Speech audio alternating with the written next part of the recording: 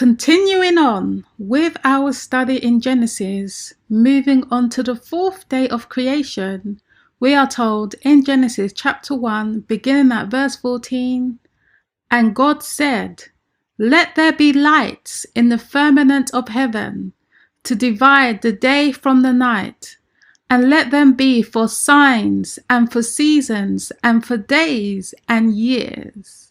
So the sun is for signs, seasons, days, and years. Verse 15, "And let them be for lights in the firmament of heaven, to give light upon the earth. And it was so.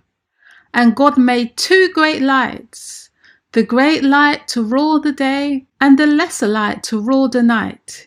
He made the stars also." So beautiful. We have the sun, the moon, and the stars created on the fourth day. And most importantly, the Lord tells us that he places it in the firmament. Verse 17, "And God set them in the firmament of heaven to give light upon the earth." So they are in the firmament, and above the firmament we saw our waters. We saw that in our last presentation. And above those waters is the very throne of God. But it's important to note that these stars are in our firmament. Verse 18, "And to rule over the day and over the night, and to divide the light from darkness. And God saw it was good. And the evening and morning were the fourth day." So we see pretty clearly that it was on the fourth day the sun, the moon, and the stars were created, and they were placed in the firmament, under the firmament that contains the waters above. Now we know that the sun is essential to us in this present time on earth. It helps sustain life, and it's healing for us human beings. Looking at this picture here, we can see the many benefits the sun has. It helps boost immunity. It helps reduce cancer. It improves mood. It improves sleep. It helps depression. It's good for the brain. It's incredible. The sun is crucial for sustaining life, and we should try and spend as much time in the sun as we can, where possible. Now, speaking more about the sun, in Psalms 19, we are told, "The heavens declare the glory of God, and the firmament showeth his handiwork." So in that firmament, we have the sun, the moon, the stars. They testify of God's amazing creation. Verse 2, "Day unto day they utter of speech, and night unto night they show of knowledge. There is no speech nor language where their voice is not heard. They silent witnesses. They testify of God's amazing power." Seeing a sunset, a sunrise is truly breathtaking. It's beautiful. Verse 4, it continues, "Their line is gone out through all the earth, and their words to the end of the world.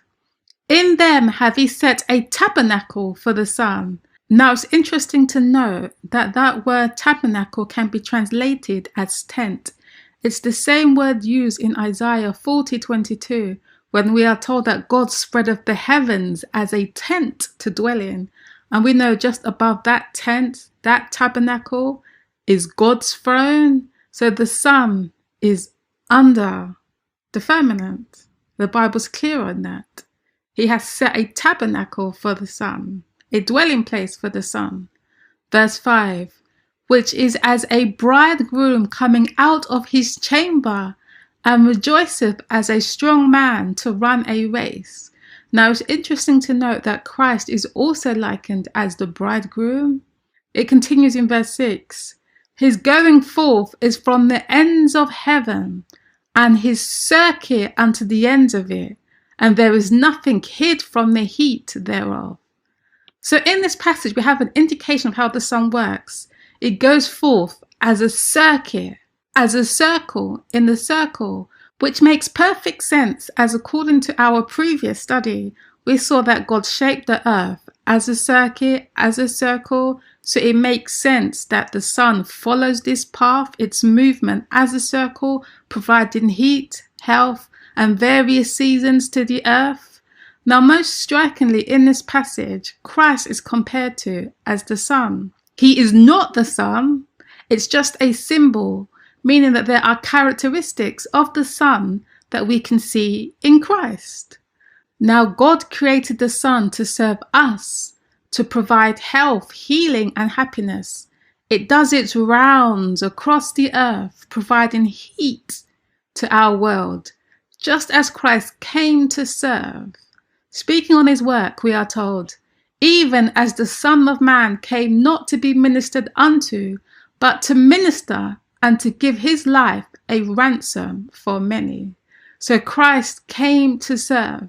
Also in Malachi chapter 4 verse 2 we are told, but unto you that fear my name shall the Son of Righteousness, again we see Christ likening himself as the Son of Righteousness, arise with healing in his wings, and ye shall go forth and grow up as calves of the stall. So Christ came to serve, he comes with healing in his wings. And what he came to heal us from, most importantly, was the death and corruption of sin.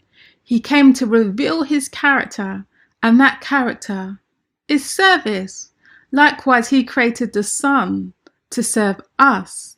So as Christ came to serve, likewise the Lord created the Son to serve.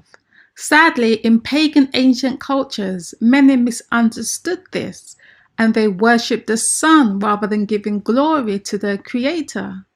And they felt they had to perform human sacrifices and degrading rituals to appease the Son.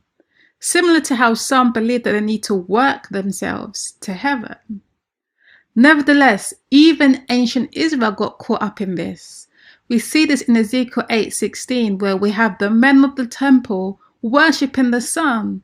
This was the greatest abomination of all abominations in the house of Israel. It was sun worship, and God takes that seriously. They had turned from God to worship the things that he had created, which was not right. And that's why he told them, therefore will I also deal in fury. Mine eye shall not spare, neither will I have pity. And though they cry in mine ears with a loud voice, yet will I not hear them. Note fury.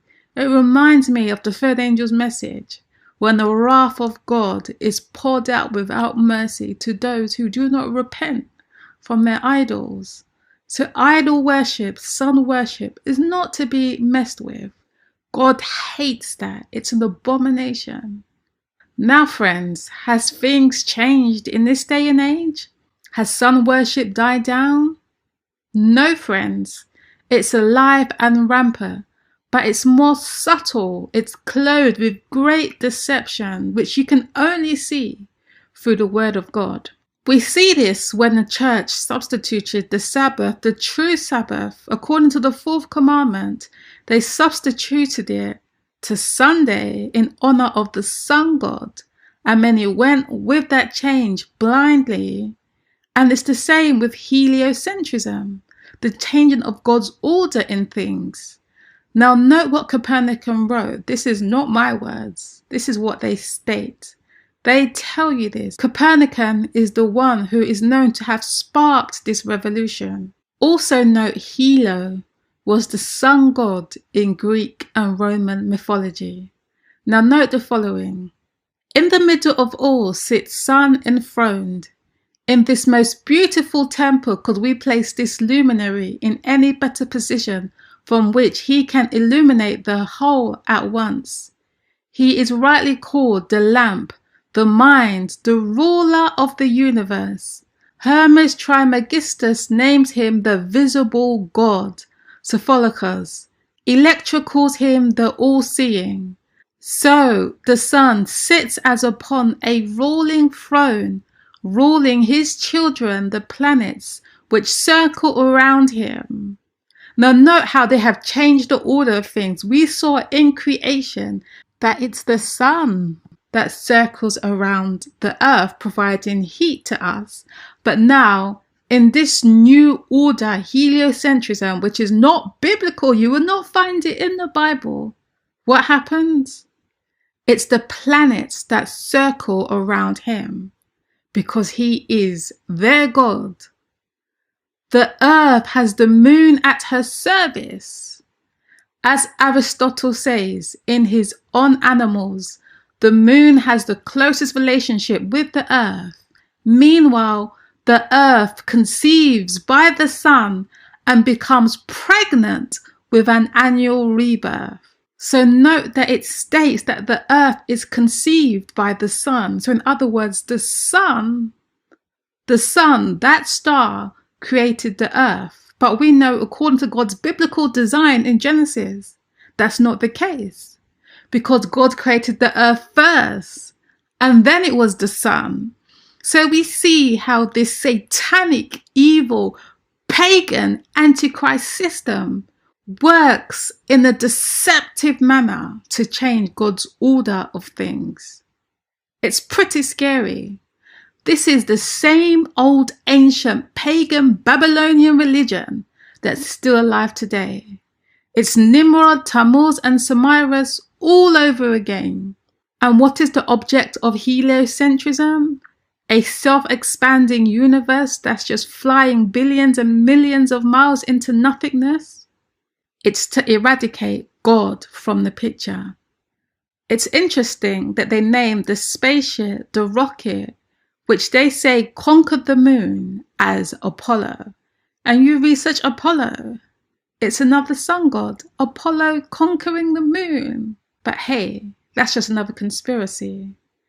As we are rightly told in Romans chapter 1 verse 25, who changed the truth of God into a lie and worshipped and served the creature more than the creator, who is blessed forever. Amen. So this is where it's heading, friends. This is scary. And what was the result of this? God tells us in verse 26, for this cause God gave them up into vile affections, for even their woman did change the natural use into which is against nature, and likewise also the men, leaving the natural use of the woman, burned in their lusts one to another, men with men working that which is unseemly, and receiving in themselves the recompense of their error, which was meet. This is the whole homosexual transgender going on. It's the same thing today. That's what it leads to. You forget God, you lose his Holy Spirit, and you're degraded to nothing but beasts. Also, just a week ago or so, the Pope was saying that we now need a new Copernicus revolution. There is need for a kind of new Copernican revolution that can put the economy at the service of men and women, not vice versa, he said, referring to the 16th century paradigm shift that stated the sun was at the center of the universe, not the earth. So they are planning things. We are in scary times, friends. This is where it's heading. Rome, sun worship, desires to conquer, and sadly many will go down with her. But I hope you can see through this study it's important to know creation and God's order of things. That we know that this is a lie, a false system, because we see that God placed the sun under the firmament. And it's the one that's moving, providing service to others. And we know it's moving because the Bible tells us this so many times. We see this in Joshua, when Joshua told the sun to stand still. And it did. We see it with Isaiah 38 verse 8, when he told the sun to retreat backwards. We see in Ecclesiastes 1:5 where it tells us the sun also riseth, and the sun goeth down and paceth to his place where he rose. And we saw it in Psalms 19 verse 6 where we are told the sun performs a circuit around the earth. So this is clear, friends. The Bible is so clear, you cannot fight against it. The heliocentric model is not from God. It's from the Antichrist system. And when you say this, people get so angry. Since I've been doing these presentations, the amount of hate and anger I've received is quite scary. Very scary. They hate this message. And I've realized that it's Satan working in them. Because what is wrong with trying to call people out of Babylon? If we are Adventists, what is our role? To call people out of Babylon's sun worshipping system. Isn't it interesting that the first angel cries, "Worship him that made heaven and earth and sea and the fountains of water"? Here it's taking us back to Genesis, creation, where we saw how God made the heavens and the earth, and he parted the waters above the firmament and below, the fountains of waters. Interesting expression. Worship him who made it and the one who tells us that it's still there. Till this earth shall pass. Believe his word, not NASA, not the Antichrist. Believe the word of God. So this is the end of this presentation. Now I know a lot of you have asked me a lot of questions about the sun, how it works in a geocentric model, and so on and so on. For me, the Bible is sufficient enough for me. When the Bible tells me something, I believe it. But some people really have questions about, the sun, the eclipses, and all that stuff. So I'm going to play videos from people who have studied it. So they talk about how the sun works according to the system God designed.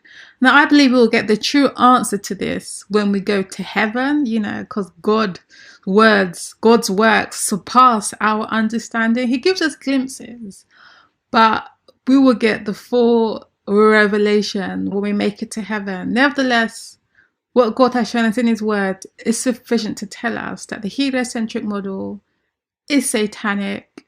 We live in a geocentric model. It's the sun that moves and the earth is stationary. Anyway, friends, take care, God bless, and have a lovely day. Big issue I was having with the flat earth for the longest time was the sunrise and sunsets. I realized that it was a perspective issue. First, you must understand that the sun is not 93 million miles away. If it was, we would never see anything like this here. This is concentrated because it's closer. It's much more probable that the sun is only a few thousand miles away and that it's the same size as the moon. Once you comprehend this, all of the sudden, solar eclipses make sense. Okay, so the sun is close, which gives it the ability to spotlight the area that it's over, and when it leaves your view, due to perspective, it takes the light with it. There is a generous amount of light where the sun is at, but since it's so close, it doesn't spread its light like it would if it were bigger and further. The sun circumnavigates the earth like a huge clockwork. Sometimes that takes a while to sink in. In 240 BC, a Jesuit named Eratosthenes, he calculated the Earth's circumference. He did that by planting a stick in the ground at midday so that the sunlight, being directly overhead, would cast no shadow. Simultaneously, about 400 miles away, somebody else planted the stick in the same way and found that the sunlight cast a shadow. So by taking a shadow length and knowing the distance between the sticks, you could theoretically work out the circumference of the Earth. This method requires that the sun be a long, long way away so that the light coming from the sun is all parallel. However, it turns out that you'd get exactly the same results on a flat Earth if the sun were only 3,100 miles away and 34 miles across. Amateur balloon footage taken above the clouds has provided stunning visual proof that the sun cannot be millions of miles away. In several shots, you can see a clear hotspot reflecting on the clouds directly below the sun's spotlight-like influence. If the sun were actually millions of miles away, such a small localized hotspot could not occur. Another proof the sun is not millions of miles away is found by tracing the angle of sun rays back to their source above the clouds. There are thousands of pictures showing how sunlight comes down through cloud cover at a variance of converging angles. The area of convergence is, of course, the sun, and is not millions of miles away, but rather relatively close to Earth, just above the clouds. we'll talk about the vanishing point a little bit. These lines are parallel the way we see. They don't look parallel here, but if you flick to the next one, these are the corners of the hallway, and they rush to the point of convergence or the vanishing point. And that's how our eyes see. Everything rushes in from the sides, the top and the bottom, to our point of focus, and that's the vanishing point. The sky has no bumps on it. The sky is smooth, but the earth has bumps on it. It has mountains, it has trees, it has cars, people, waves. Anything that comes across the flat plane that even rises up a little bit will create a false horizon in front of that vanishing point. So if you look at the light on the ceiling and imagine that's the sun, the sun's not getting any closer to the floor, but it is going down. And if you had some bumps in the hallway or some people standing down the hallway, the sun would disappear, that light would disappear behind their heads from the bottom up, just like we observe on this plane.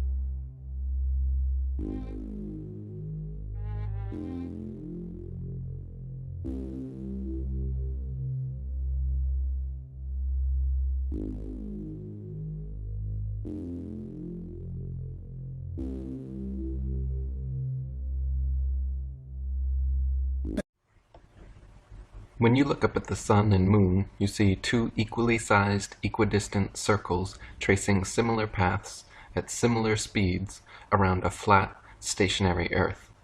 The experts at NASA, however, claim your common sense, everyday experience is false on all counts.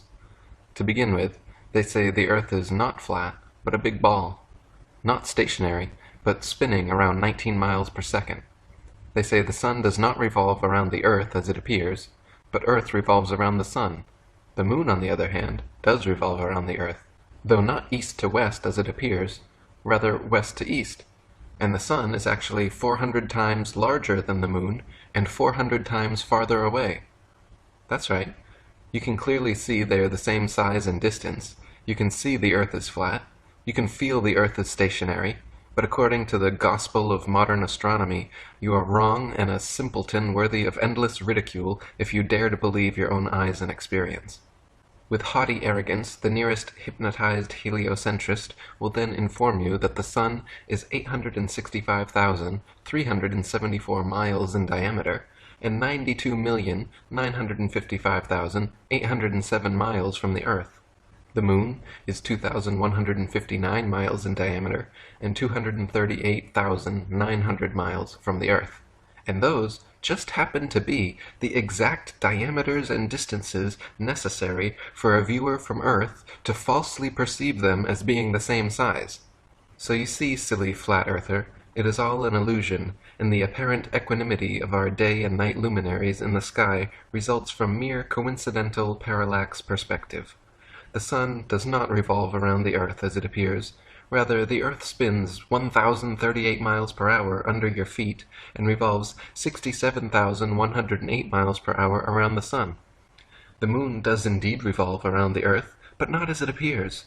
Though it seems to move east to west, just like the sun and everything else in the heavens, the moon actually spins west to east at 10.3 miles per hour, while orbiting Earth at 2,288 miles per hour, which, combined with Earth's 1,038 mile per hour spin and 67,108 mile per hour orbit around the sun, coincidentally results in all motions perfectly canceling out, making the moon seem to move across the heavens with similar path and similar speed as the sun, while always only showing us one side of its surface and perpetually hiding its dark side.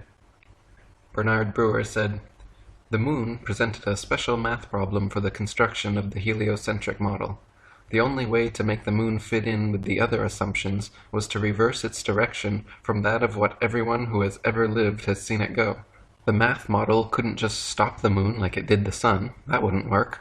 And it couldn't let it continue to go east to west as we see it go either, at the same speed or at a different speed. The only option was to reverse its observed east to west direction and change its speed from about 64,000 miles an hour to about 2,200 miles an hour.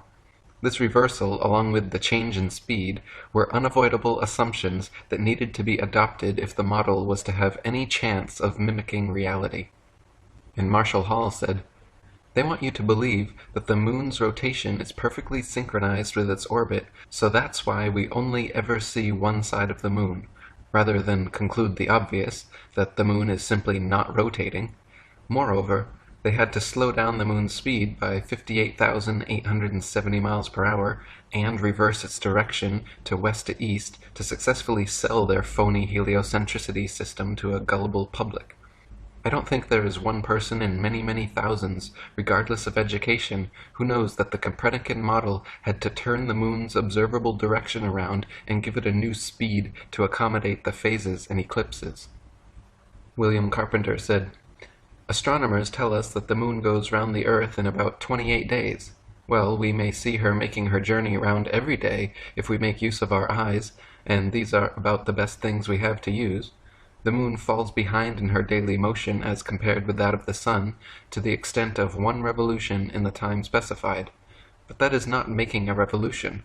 Failing to go as fast as other bodies go in one direction does not constitute a going round in the opposite one, as the astronomers would have us believe. And since all this absurdity has been rendered necessary for no other purpose than to help other absurdities along, it is clear that the astronomers are on the wrong track." There are several theories about the relative size and distance of the sun and moon, all with their points of evidence and points of contention. Flat earthers throughout the ages have used sextants and plane trigonometry attempting to make such calculations, usually concluding the sun and moon both to be only about 32 miles in diameter and less than a few thousand miles from Earth. Perhaps the least plausible model, certainly the most exaggerated and imaginative, is the reigning heliocentric theory, claiming the sun to be a whopping 865,374 miles in diameter, 92,955,807 miles from the Earth, and the moon 2,159 miles in diameter, 238,900 miles from the Earth. Heliocentrists' astronomical figures always sound perfectly precise, but they have historically been notorious for regularly and drastically changing them to suit their various models. For instance, in his time, Copernicus calculated the sun's distance from Earth to be 3,391,200 miles. The next century, Johannes Kepler decided it was actually 12,376,800 miles away. Isaac Newton once said, "It matters not whether we reckon it 28 or 54 million miles distant, for either would do just as well." How scientific! Benjamin Martin calculated between 81 and 82 million miles. Thomas Dilworth claimed 93,726,900 miles. John Hine stated positively 95,298,260 miles. Benjamin Gould said more than 96 million miles, and Christian Mayer thought it was more than 104 million. Thomas Winship says, "As the sun, according to science, may be anything from 3 to 104 million miles away, there is plenty of space to choose from. It is like the showman and the child. You pay your money for various astronomical works, and you take your choice as to what distance you wish the sun to be. If you are a modest person, go in for a few millions, but if you wish to be very scientific and to be mathematically certain of your figures, then I advise you to make your choice somewhere about 100 millions. You will at least have plenty of space to retreat into should the next calculation be against the figures of your choice. You can always add a few millions to keep up with the times, or take off as many as may be required to adjust the distance to the very latest accurate column of figures. Talk about ridicule. The whole of modern astronomy is like a farcical comedy, full of surprises. One never knows what monstrous or ludicrous absurdity may come forth next. You must not apply the ordinary rules of common sense to astronomical guesswork. No, the thing would fall to pieces if you did. Regiments of figures are paraded with all the learned jargon for which science is famous, but one might as well look at the changing clouds in the sky and seek for certainty there, as to expect to get it from the propounders of modern astronomy. But there is no means of testing these ever-changing, never-stable speculations and bringing them to the scrutiny of hard logic and fact. Indeed there is. The distance of the sun can be measured with much precision, the same way as a tree or a house or a church steeple is measured, by plain triangulation. It is the principle on which a house is built, a table made, or a man of war constructed. The sun is always somewhere between the tropics of Cancer and Capricorn, a distance admitted to be less than 3,000 miles. How, then, can the sun, if it be so many thousands miles in diameter, squeeze itself into a space of about 3,000 miles only? But look at the distance, say the professors. We have already done that, and not one of the wise men we have so often challenged has ever attempted to refute the principle on which we measure the sun's distance. If the navigator neglects to apply the sun's semi-diameter to his observation at sea, he is 16 nautical miles out in calculating the position his ship is in. A minute of arc on the sextant represents a nautical mile, and if the semi-diameter be 16 miles, the diameter is of course 32 miles, and as measured by the sextant, the sun's diameter is 32 minutes of arc, that is, 32 nautical miles in diameter. Let him disprove this who can. If ever disproof is attempted, it will be a literary curiosity well worth framing. Measuring with sextants and calculating with plane trigonometry, both the sun and moon figure to be only about 32 miles in diameter and approximately 3,000 miles away. The moon is actually a semi-transparent luminary, and not the solid, spherical desert planet that NASA would have us believe. In fact, it is likely that both the sun and moon are not densely physical at all, and are simply luminous, flat disks able to pass by or through one another during eclipses. E. Eschini said, "The results of recent research prove that the heavenly luminaries are not worlds, but lights, and should cause all men who have been led to accept as proven Copernicus's theory of the motions of the earth to reconsider this subject." Gabrielle Henriette said, "The satellites of the earth are not masses of matter. They are luminous and transparent disks without substance. The moon, in particular, conveys the impression of being an ethereal manifestation, and the uncertain and elusive character which is usually associated with this satellite results precisely from its immaterial nature.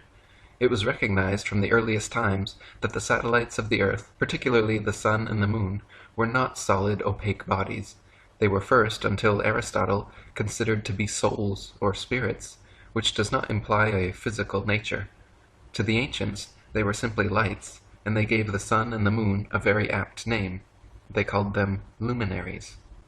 In the flat Earth model, the sun and moon luminaries revolve around the Earth once every 24 hours for the sun, and approximately 25 hours for the moon, illuminating like spotlights the areas over which they pass. The sun's annual journey from tropic to tropic, solstice to solstice, is what determines the length and character of days, nights, and seasons. This is why equatorial regions experience almost year-round summer and heat, while higher latitudes north and especially south experience more distinct seasons with harsh winters. The heliocentric model claims seasons change based on the ball Earth's alleged axial tilt and elliptical orbit around the sun. Their flawed current model even places us closest to the sun, 91,400,000 miles, in January, when it is actually winter, and farthest from the sun, 94,500,000 miles, in July, when it's actually summer throughout much of the Earth. They say due to the ball Earth's tilt, different places receive different amounts of direct sunlight, and that is what produces the seasonal and temperature changes. This makes little sense, however, because if the sun's heat travels over 90 million miles to reach the ball Earth, how could a slight tilt, a mere few thousand miles maximum, negate the sun's 90 million mile journey, giving us simultaneous tropical summers and Antarctic winters? Thomas Winship said, "The Earth is a stretched-out structure which diverges from the central north in all directions towards the south. The equator, being midway between the north center and the southern circumference, divides the course of the sun into north and south declination. The longest circle around the world which the sun makes is when it has reached its greatest southern declination. Gradually going northwards, the circle is contracted. In about 3 months after the southern extremity of its path has been reached, the sun makes a circle round the equator. Still pursuing a northerly course as it goes round and above the world, in another 3 months the greatest northern declination is reached, when the sun again begins to go towards the south. In north latitudes, when the sun is going north, it rises earlier each day, is higher at noon, and sets later. while in southern latitudes at the same time, the sun, as a matter of course, rises later, reaches a lesser altitude at noon, and sets earlier. In northern latitudes, during the southern summer, say from September to December, the sun rises later each day, is lower at noon, and sets earlier, while in the south he rises earlier, reaches a higher altitude at noon, and sets later each day. This movement round the earth daily is the cause of the alternations of day and night, while his northerly and southerly courses produce the seasons. When the sun is south of the equator, it is summer in the south and winter in the north, and vice versa. The fact of the alternation of the seasons flatly contradicts the Newtonian delusion that the earth revolves in an orbit round the sun. It is said that summer is caused by the earth being nearest the sun, and winter by its being farthest from the sun. But if the reader will follow the argument in any textbook, he will see that according to the theory, when the earth is nearest the sun, there must be summer in both northern and southern latitudes, and in like manner, when it is farthest from the sun, it must be winter all over the earth at the same time, because the whole of the globe earth would then be farthest from the sun. In short, it is impossible to account for the recurrence of seasons on the assumption that the earth is globular and that it revolves in an orbit around the sun. Gabrielle Henriette said, "The essential feature of the year is its division into 2 equal periods of 6 months, based first on the predominating length of the days over that of the nights, and vice versa, conditions which are governed by the varying hours of sunrise and sunset, and secondly, by the either high or low height reached by the sun in the heavens at midday. The first cycle, during which the days are longer than the nights, and the sun reaches its culminating point of the year, extends from the spring equinox to the autumn equinox, i.e. March 21st to September 22nd, and the second cycle, during which, inversely, the duration of the nights exceeds that of the days, and the sun descends to its lowest point of the year, extends from the autumn equinox to the spring equinox, i.e. September 23rd to March 20th. These 2 6-month periods are also characterized by an opposition of temperature. During the first cycle, which corresponds to spring and summer, the heat gradually rises and falls, while during the second cycle, which comprises autumn and winter, it is the intensity of the cold which progressively increases and decreases. In the flat Earth model, the sun and moon spotlights are perpetually hovering over and parallel to the surface of the Earth. From our vantage point, due to the law of perspective, the day and night luminaries appear to rise up the eastern horizon, curve peaking high overhead, and then sink below the western horizon. They do not escape to the underside of the flat Earth, as one might imagine, but rather rotate concentric clockwise circles around the circumference from tropic to tropic. The appearance of rising, peaking, and setting is due to the common law of perspective, where tall objects appear high overhead when nearby, but at a distance gradually lower towards the vanishing point. Samuel Rowbotham said, "Although the sun is at all times above and parallel to the Earth's surface, he appears to ascend the firmament from morning until noon, and to descend and sink below the horizon at evening. This arises from a simple and everywhere visible law of perspective. A flock of birds, when passing over a flat or marshy country, always appears to descend as it recedes, and if the flock is extensive, the first bird appears lower or nearer to the horizon than the last. The farthest light in a row of lamps appears the lowest, although each one has the same altitude. Bearing these phenomena in mind, it will easily be seen how the sun, although always parallel to the surface of the earth, must appear to ascend when approaching and descend after leaving the meridian or noonday position. What can be more common than the observation that, standing at one end of a long row of lamp-posts, those nearest to us seem to be the highest, and those farthest away the lowest, whilst, as we move along towards the opposite end of the series, those which we approach seem to get higher, and those we are leaving behind appear to gradually become lower. It is an ordinary effect of perspective for an object to appear lower and lower as the observer goes farther and farther away from it. Let anyone try the experiment of looking at a lighthouse, church spire, monument, gas lamp, or other elevated object from a distance of only a few yards, and notice the angle at which it is observed. On going farther away, the angle under which it is seen will diminish, and the object will appear lower and lower as the distance of the observer increases, until, at a certain point, the line of sight to the object and the apparently uprising surface of the earth upon or over which it stands will converge to the angle which constitutes the vanishing point, or the horizon, beyond which it will be invisible. Heliocentrists would have you believe the very opposite of what every human who has ever walked the earth has seen with their own eyes. It is obvious to any child and sovereign-minded adult that the sun, moon, stars, and planets, every light in the sky above, revolves around the motionless earth beneath our feet. It is also plain to see that the sun and moon are both approximately the same size and situated relatively close to earth, not 400 times divergent and millions upon millions of miles away. To abandon your senses and everyday experience in favor of such unfounded science fiction fantasies is a fallacy of appeal to authority so extreme that it leaves the brainwashed believer impotent to trust his own natural instincts and forever thereafter chained to the fantastical explanations of astronomical charlatans. Thomas Winship said, "No one ever yet felt or saw the earth careening through space at the terrific rates it is credited with, but everyone who is not blind can see the sun move. But the matter can be tested. It may be known for certain whether the sun moves or not. Take a school globe and place a style on the semicircle that holds it in position. Cause the globe to rotate against a lamp on a table, and you will find that the shadow left on the globe is always parallel to the equator, at whatever angle you may incline the globe. Further, let the style be of sufficient length to allow the shadow to fall on a flat surface, moving the globe towards the lamp, and the shadow will be a straight line. If, therefore, the shadow left on the earth by the sun be a straight line, then undoubtedly the sun is stationary. Drive a stake into the ground in such a position as to expose it to the sun for the greater part of a day, the whole day if possible. Mark the end of the shadow every quarter of an hour, and you will find that the marks form part of an elongated curve clearly proving that the sun moves over a stationary earth." And David Wardlaw Scott said, "The path of the sun is concentric, expanding and contracting daily for 6 months alternately.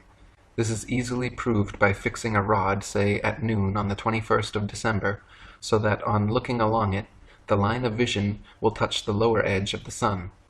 This line of sight will continue for several days pretty much the same, but on the 9th or 10th day, it will be found that the rod will have to be moved considerably toward the zenith in order to touch the lower edge of the sun, and every day afterwards it will have to be raised till the 22nd of June.